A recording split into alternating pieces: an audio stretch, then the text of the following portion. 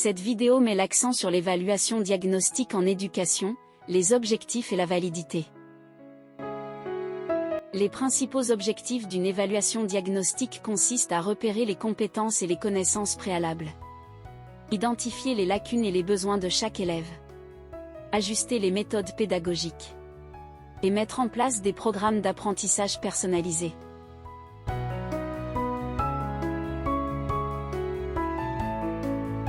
En procédant à cette évaluation au début de chaque programme d'enseignement ou d'apprentissage.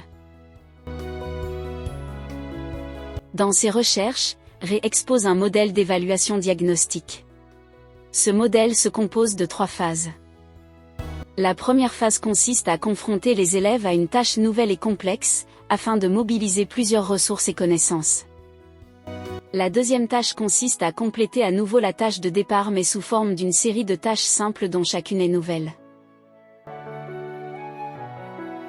À la fin de l'évaluation, les élèves doivent accomplir de petits exercices décontextualisés. L'objectif de ce modèle consiste à vérifier le niveau de compétence de l'élève à résoudre une tâche complexe et nouvelle, à répertorier les origines des problèmes rencontrés.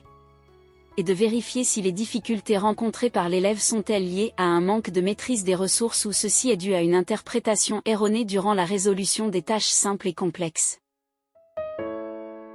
Dans la réalité, non seulement le problème d'interprétation de la tâche ou la mobilisation des ressources qui peuvent être rencontrées par l'élève durant la résolution d'une tâche. Le sujet, la situation psychologique et mentale de l'élève, le lieu et l'environnement de l'évaluation, les moyens et la méthode à tenir compte pour résoudre la tâche demandée doivent être pris en compte. Ces paramètres peuvent avoir un impact sur l'engagement et la motivation de l'élève. Un contexte bien choisi rend l'évaluation plus significative pour les élèves, car elle montre des situations réelles où les compétences peuvent être mises en pratique. De plus, l'environnement dans lequel une évaluation est réalisée peut avoir un impact significatif sur les performances des élèves et la précision des résultats. De ces facteurs environnementaux en question, réduction de la distraction, disponibilité des ressources, temps alloué, aménagement de la salle. Dans ce contexte, Annick Fagnan et Christophe Dierandonc mettent en évidence que les difficultés de la tâche complexe peuvent dissuader l'élève de terminer les tâches suivantes par un sentiment de découragement.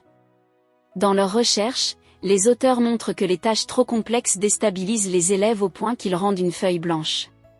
Ceci réduit efficacement la performance du modèle du Ray utilisé comme outil de diagnostic. Pour remédier à ce problème, le contexte d'une évaluation doit être bien choisi, et ceci en lien avec le curriculum. L'hiérarchie des questions doit être de moins complexe à plus complexe. De bien traiter les questions d'une évaluation, de façon à ne pas laisser de place pour des interprétations différentes. Une évaluation doit être motivante, valide et encourageante.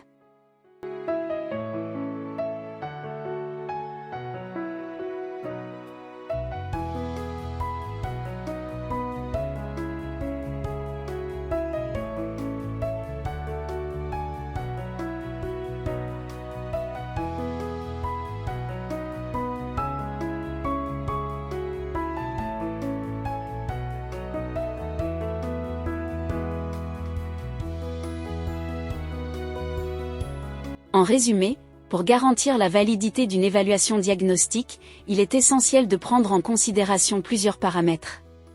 Ce qui compte le plus dans ce type d'évaluation, c'est de trouver un processus par lequel l'enseignant évalue de manière efficace les connaissances, les compétences et les niveaux de compréhension d'un élève, et ceci avant de commencer un nouveau programme ou un nouvel apprentissage.